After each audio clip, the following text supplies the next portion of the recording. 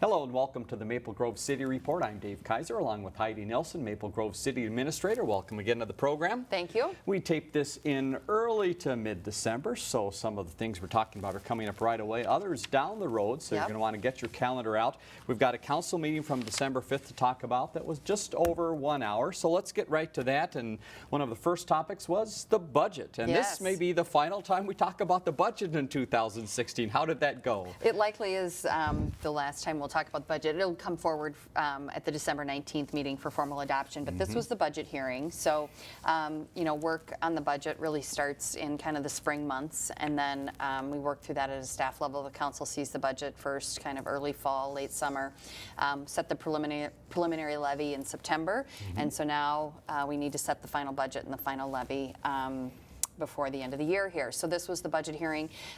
Just some big, you know, kind of the big picture items. Our proposed 2017 general fund budget is about $38.5 million, and this is about a 3% increase over 2016. Just to kind of run some numbers, the average homeowner will experience about around a $7 a year increase from a city perspective to their taxes, so about 60 cents a month. So pretty conservative approach to the budget this year. We are adding a couple new positions for 2017, another patrol officer. We're adding somebody in our information systems department, another tech, kind of a support person.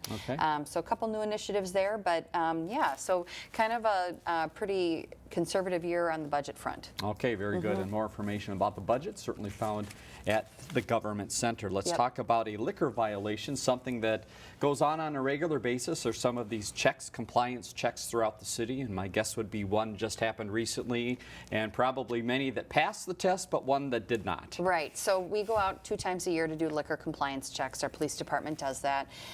Very kind of a formal process. We have decoys that come.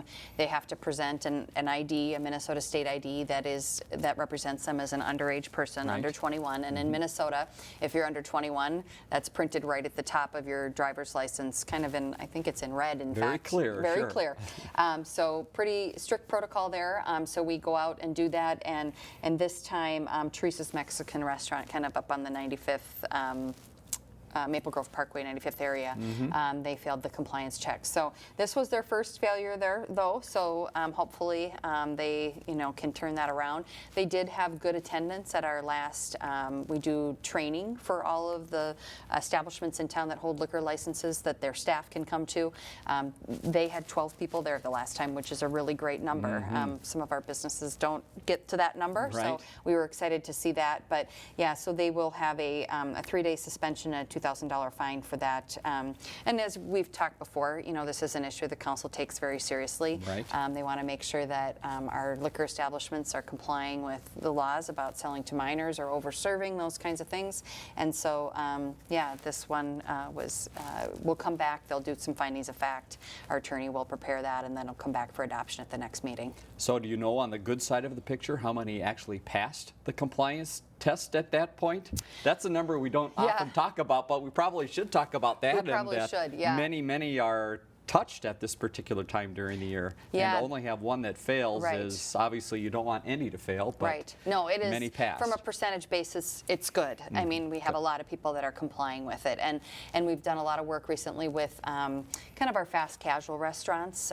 You know, they have tend to have a little bit younger staff, a little bit more turnover in their staff, and so sometimes that can be a challenging thing, trying to get more of their staff to our training. And then I think some of them needed to kind of look at their policies about who they allow, you know, to sell liquor at the establishment, and maybe change up some of those. And there's some state law about that, but maybe, you know, if it's an infrequent happening in your business, maybe a manager can take care of that every time, or something like that. So, yeah, you know, clearly a small, just to have one is a good thing, but it's still one. So, all right. Yep. Let's move ahead to community development. As always, a lot of things happening in the city of Maple Grove. One we've talked about a little bit recently was the Hindu Society staff housing. And this is part of a bigger plan. Give us an overview of that property and what they're hoping to do. Yeah, so the Hindu Society, the Hindu temple, is located kind of in the northwest quadrant of Maple Grove, kind of on that west of 94, kind of out in an area that's really pretty much undeveloped. But as you are driving north on 94, if you look to the west, you can see that beautiful temple out there. They have been working on a master plan for their entire site out there. They have a pretty, I feel like it's almost like 30, 40 acres out there that they have. And they've been working on what are the components of their eventual build out there.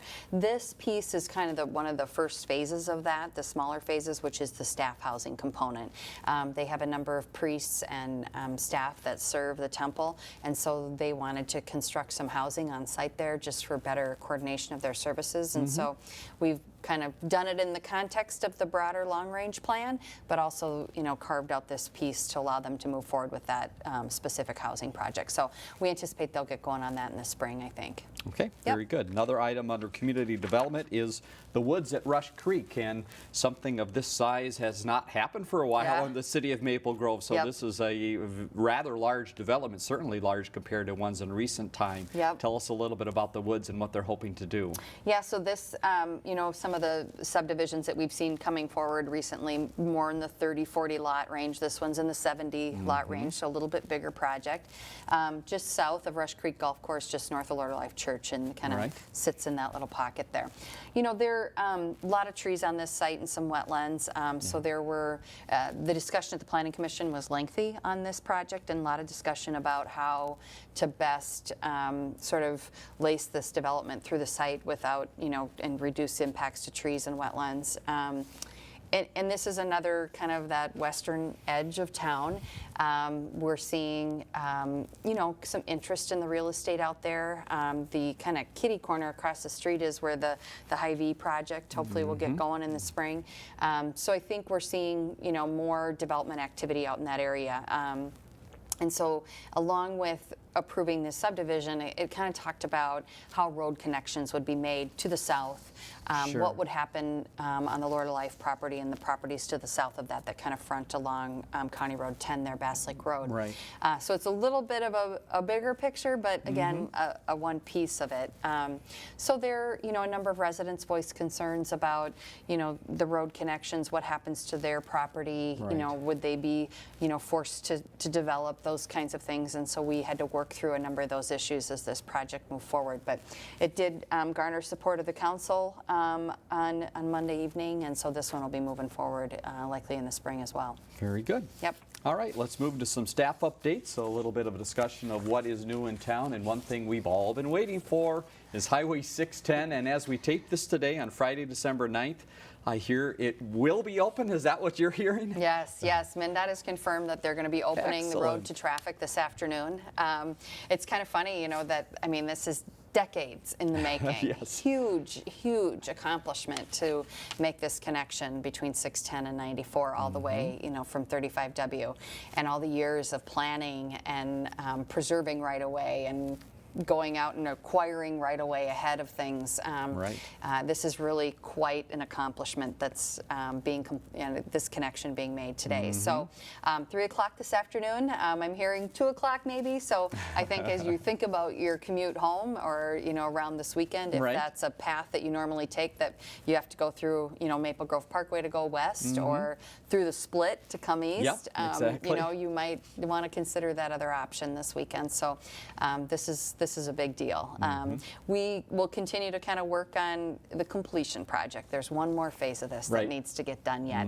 And so we're excited about today, but we're continuing to kind of work to press on getting that last piece done, which is kind of one more connection of westbound 610 to eastbound 94, and then the connection out to County Road 30 to make that work. So but it's a pretty big day. That's right, a monumental day. Good to see that happen. So if you get a chance, drive up that area and enjoy that new intersection. And again, the other part of the puzzle, one, just from a transportation standpoint, again, a lot of other options for people to get in and out of Maple Grove, but two, from the development end of it, that's something you've been talking about for quite some time, and I know Carrie's very interested at the city. So what is the timing of that? Then we might see some industry start to pop up in Maple Grove along 610. Yeah, this really opens up a whole new corridor, and the whole, really changes the context of the northwest quadrant of Maple Grove. As you know, we're in the midst of our comp plan update, and on Monday evening, in fact, we spent that time focused on this Trunk Highway 610 corridor area. And much like what we talked about for the gravel mining area up in the 610 corridor, I think there's in particular some land up there that had heretofore kind of been thought to be residential, and we're thinking that that might shift to more of an office industry type use. So we're looking at all of those things, and we're going to be kind of formalizing those plans a bit more before we come out and get some reaction and feedback. We're meeting with some of the landowners as well. But I think it really, as you've seen 610 come west across Brooklyn Park, and you see what's happened there, I think we anticipate that that will continue to march west, and we're hopeful for that. And so we just need to make sure we set up the land use in that fashion. But yeah, a whole new corridor of opportunity up there. Fantastic. We'll keep you up to date on that. One other minor transportation item. You might have noticed a little bit of a slope falling down a little bit at Hemlock and 94. Caused a little bit of stir for traffic, but I understand it's been taken care of. Maybe a few other things to look at there. Yeah, so we had the really significant rain event back in September, and then it was just a week, 10 days ago that we had another kind of inch of rain, and so all of a sudden kind of that embankment just came sliding down on Hemlock one morning, and so MnDOT was out to clean that up and repair that, and they had to close sort of the entrance ramp there and move people over a little bit as they went over the bridge there up on 694. So that's back, all put back together. They've got the stabilization material out there, so the slope won't go anymore. But hopefully now, for better or worse, I think we're freezing, and hopefully from here on out it'll be snow. So a little cleanup work to do in the spring, but for now I think things are stabilized out there. All right, let's talk a little bit more about that rain. And again, part of your update was talking a little bit about FEMA. And again, we had that huge rain this fall, and now we're talking a little bit more about the cleanup part of it. What have we learned, and what is FEMA's step into the city of Maple Grove and the whole northwest area to help out? So this storm occurred back on September 21st. Within probably an 8-hour period, or we had over 10 inches of rain. It was just kind of remarkable. This storm came across, and it was really just this strip that sat right over Maple Grove and Brooklyn Park. I was in Brooklyn Park for a meeting that evening at Brooklyn Park City Hall, and it just, as we sat there, we all thought, okay, this isn't going to be good if this doesn't stop. And lo and behold, it was not. Very true. So we had a lot of really localized street flooding that night. A lot of our storm systems were overwhelmed. A lot of storm ponds, came out of their banks, and that's where we saw impacts to homeowners. So a lot of flooded basements, a lot of groundwater coming up through the basement, floor drains and that kind of thing. We had some sanitary sewer backups. It was just a pretty remarkable evening, and I think on the whole, the percentage of residents that were affected in Hennepin County probably wouldn't have qualified us for FEMA assistance, but there was similar flooding events in the southern part of the state, in the Waseca area, and so I think that percentage of residents that were impacted there qualified the state to pursue this FEMA assistance. So we had not done an all-call to our residents requesting that if you had damage, please let us know. We had heard from a number of people, and we'd been collecting data about that. And certainly we were tracking where we knew the impacts were. But at this time, we really encourage any resident who experienced any damage to their home or property from flooding to reach out to FEMA. And there's a number of ways you can do that. There's a website, there's a 1-800 number, and then also they are going to be opening up a disaster recovery center in Brooklyn Park starting Saturday, December 17th, and that'll be open through the end of January. They've extended the timeline that you can submit a claim, and that is going to be at 8600 Zane Avenue North, and that's the former Brooklyn Park Library site. So they have the new library now up off 85th, but this is at 8600 Zane Avenue North. And of course, all of this information is available on our website and Brooklyn Park as well. So the phone number, the website, but we have heard that FEMA has been in touch with a number of our residents. Some of our residents have had their claims settled already, and so we just really encourage anybody that if you've experienced that damage, make sure you get your claim filed. There's this window of opportunity here to take advantage of that program, and it's being made available to you. So Fantastic. Yes. Here's that information for you. If you've got a pen, the website is disasterassistance.gov, and the phone number is 1-800-621-3362. And again, if you need to go somewhere locally, that location over in Brooklyn Park at the old library site is the place to go. How about from a city standpoint? We've been talking residents quite a bit here. Is there anything from a city standpoint that was damaged that has to be repaired because of this? Or did you make it through okay? It was just one of those factors where the system just couldn't handle it. You can't plan for that kind of rain. Yeah, and I think we're seeing, these more significant rain events over and over. And so as we go forward, are we always going to have these 6, 7, 8-inch rains happening? And what design standard are we, designing our storm systems to? And I think there's a lot of discussion in the engineering community about that, about what should we be doing in response to that. Unfortunately, we had a couple of fire trucks that were impacted by this. We had a lot of people with vehicles that just got stuck in intersections where they attempted to go through and weren't able to do that. We unfortunately had a couple of fire trucks that were impacted by that. We had a lot of impacts in the area where we had a street maintenance project that was being done this summer, and so we're looking at that kind of thing. But pretty much it was just the overwhelming of the storm system and then of ponds overflowing their boundaries. So I think we've put everything back together, but certainly there were some impacts right away. All right, residents, again, look for that FEMA information, certainly some of that information on the city's website as well.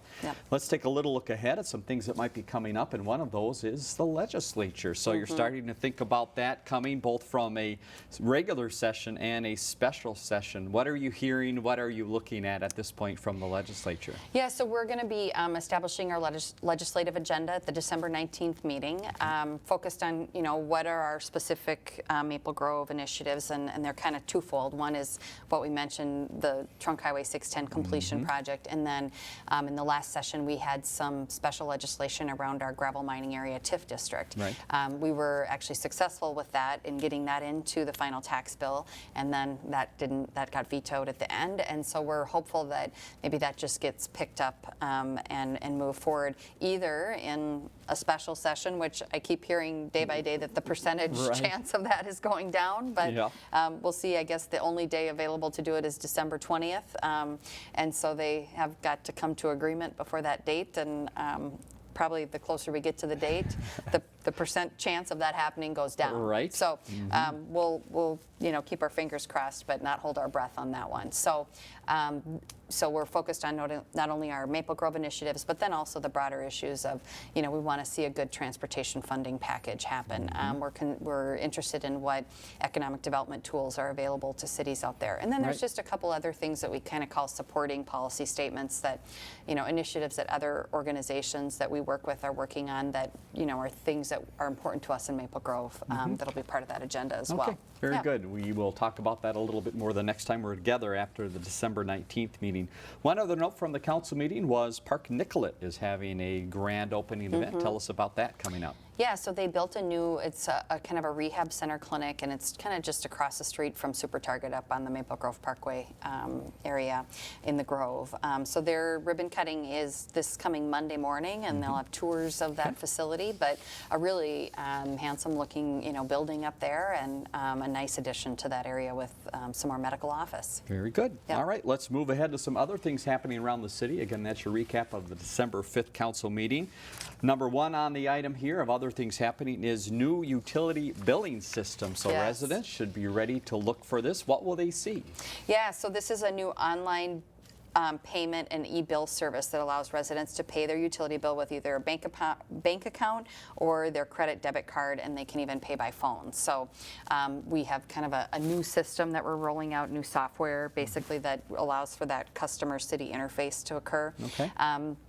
One of the challenges with this kind of change is that our residents have to kind of go back in and re-sign up for that. And so, but I think the end result will be it's a much more efficient, convenient service, and kind of brings us up into the modern day for paying utility bills. And so you might see a notice come in the mail, or you might, depending on how you're set up to communicate with the city, emails, those kinds of things. So just make note of that in the mailbox, and then the next time you go to pay your utility bill, you'll have to kind of re-sign up for that service. Okay. Yep.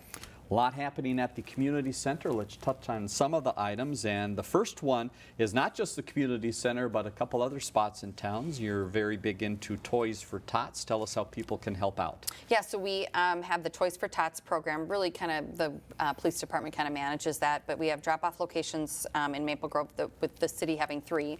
The government center, the community center, and our public safety facility, so the police department there. And in fact, I was at the police department yesterday afternoon for a quick meeting, and the tree is already, it's out 10 feet from the tree already, so that's really a good sign. And then donations are accepted there through December 14th, and then we do kind of the caravan, bring everything down to the Toys for Tots drop at Care 11. So very good. Kind of a fun event. Let's talk about the community center. Another way to maybe stuff stockings or give some gifts yourself is through the community center. How does that program work, and why is that a good benefit? Yeah, so you can buy gift cards for the community center in any denomination, and then those can be redeemed for whether you're going to the Maple Maze or the pool, any of the activities that we have at the community center. So just kind of a fun little local gift that people might think about, might not be on their radar for the holidays. Great opportunity there. Let's talk about the indoor market. It marches on. It's at the community center on a somewhat regular basis, not as often as the outdoor market. Tell us about the next occurrence of that and what people can find there. Next indoor market is Thursday, December 15th. And so this, again, right up ahead of the holidays, nice option to get some kind of locally produced, local gifts. There's about 20 or so vendors that are there each week now that we're in the indoor market. They have seasonal produce with, and then also some meat, cheese, eggs, those kinds of things. The pierogi, I love the pierogis that are there.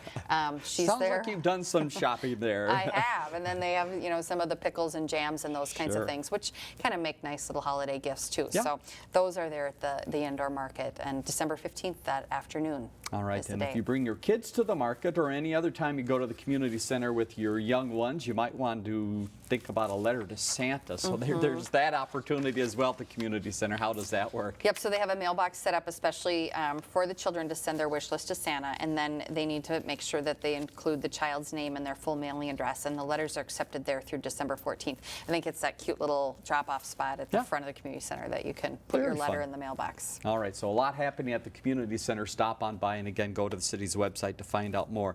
Let's talk about some things where there's a need for some help in the city, and this would be on boards and commissions. Tell us about some openings there and what you're looking for to help out. Yeah, so we have 2 openings on both Lake Quality Commission and the Planning Commission. Applications are available on the city website, and they're due December 23rd and 28th. So 23rd for Lake Quality, December 28th for Planning Commission. And Lake Quality Group meets the 3rd Wednesday of each month, and the Planning Commission meets twice a month, and that's the 2nd and the last Monday. So just a wonderful way to get involved and give back to the community if you're interested in, clearly Lake Quality focuses on lake quality and the quality of our waterways in Maple Grove. And so that's a neat opportunity to get involved at that level. Planning Commission, of course, reviews all of our development applications, and there's no shortage of business that comes through the Planning Commission. It's a great way to be a part of that and kind of help, guide and steer what happens in the community from a development perspective. So really great opportunities, and I always find that these boards and commissions are really a great way to kind of get your foot in the door with public service. And sometimes we see a lot of our city council members coming through our board and commission ranks. And so if you're interested in getting involved with the city, this is a great way to do that. And information to apply is on the city's website. And if they have questions, contact you or other people at the city about that? Yeah, I think, Dick Edwards leads up our, staffs our planning commission, so he's our community development director. He can respond to any of those things. And then Rick Listina in our engineering department staffs the Lake Quality Commission. So our website does have information, though, about each of the board and commissions that describes kind of what their role and their function is. So there's information online available about that as well. Hope people take that opportunity to get involved. Let's talk about a new program in the city of Maple Grove, not new to the metro area, but now new to Maple Grove. It's called Open to Business, specializing on working with small businesses or entrepreneurs. Tell us a little bit about why this is the right time to add this to the city of Maple Grove and how it works. Yeah, so this is one of our new economic development initiatives we're rolling out, and this really gets after kind of that small economic development. So this program targets and focuses on really kind of those small businesses that might be thinking about expanding, or maybe it's a business that you've run out of your home, or you've had a small lease space that you're thinking about taking to the next step, or if you're a resident who's thinking about starting a business. This program really provides you with some good business consulting help. They'll look at your business plan, they'll review your pro forma, they'll help you identify where you might find financing or identify gap financing if you're struggling with getting what you need from a bank, that kind of a thing. They'll provide you, pretty frank feedback about whether this is a good idea or not, and whether the business plan makes sense. So this is something that we partner with Hennepin County on. Hennepin County has this program in a number of cities, and quite frankly, it's in most of our neighboring communities, and a number of our residents who have businesses in other communities have tapped into this. I think I had mentioned at one point that Omni Brewing had tapped into this program and had got some help with some gap financing. So they will be at the Maple Grove Government Center on the second Tuesday of every month, and they'll have office space set up there, and you can call and make an appointment, which is ideal because they want to kind of know that you're coming. And they would be there from 10 a.m. to 1 p.m. and there's a phone number to call, 612-843-3260, and that information is all available on our website as well. But we really encourage any of our residents or our business owners that are, kind of struggling with, am I doing the right thing? How do I take this to the next level? This is kind of a great way to kind of start to grow that small level of business in our community and support our entrepreneurs. So we're really excited about rolling this program out to the community, and we hope folks will take advantage of it. And my understanding is the cost is right as well. It's free. Yes. It's free. So great opportunity again for no charge to be able to get some great advice. Yeah, so the city pays for a portion and Hennepin County pays for a portion, and it's kind of lives under our economic development umbrella. Very good. Let's end with some fun happening in town. Fun number one is outside with the skating loop. You have found that a few people have found out about this site and are using it. Yeah, but I think it's interesting. I think it's a little bit less crazy than it was last year, which is probably a good thing. Right. And we're now well into making real, outdoor ice. Yes. So that the weather has turned, that allows us to do that. So we'll have the outdoor, the outdoor rinks at the parks coming up here in the next few weeks too. But yes, Skate Loop is open. I was there Saturday night with my family. It's a lovely place to take the kids on a Saturday night for some fun. The lights are on, the music's on, it's great. So Monday through Friday from 4 to 9:30, Saturday and Sunday from 10 a.m. to 9:30, and then Sunday the same hours, 10 a.m. to 9:30. During the District 279 winter break, which is December 23rd through January 2, 10 a.m. to 9:30. So bigger all-day hours during that holiday break time. So fireplaces inside, hot cocoa, all that kind of fun stuff, skate rentals. Who could ask for more, right? You can't. Great opportunity. And now we have one date to put on your calendar. This is the Family New Year's Eve party. It is on Saturday, December 31st, 6 to 10 p.m. at the Community Center, and this is all sorts of fun. Yeah, so this is a really, like you mentioned, family-friendly event. There's dancing, inflatables, crafts, ice skating in the indoor rinks. They're the 2 sheets. And the Maple Maze indoor playground, swimming, and then they do a big balloon drop at 9:45. They don't make you stick around until midnight, I think. It's the early New Year's, It is an early New Year's. It's for all those people that they don't make it till New Year's, the official New Year's. So 6 to 10 p.m., Saturday, December 31 at the Maple Grove Community Center. $9 per person, so pretty nominal cost, and then concessions are available there as well. And then the $9 cost is for tickets ahead of time, and then you can get tickets at the door for $12 if they're available, but I think this event is pretty popular and it usually sells out, so you want to make sure you, if you plan to attend, you want to make sure you make your reservation early. Yeah, I have heard hundreds and hundreds of people attend that event, so again, try to register early. Heidi, thank you very much for the information. Good to see you again. Let's leave you with some information that might help you out with some of the topics we covered. And looking ahead, maplegrovemn.gov is the website to the city. And again, if you want more information, you can go there or go to the Government Center. And in the middle, you see the next council date is on the 19th. And our viewer response line is 533-1710. Questions or comments about the program, certainly do give us a call. For Heidi Nelson, I'm Dave Kaiser. Thanks for joining us.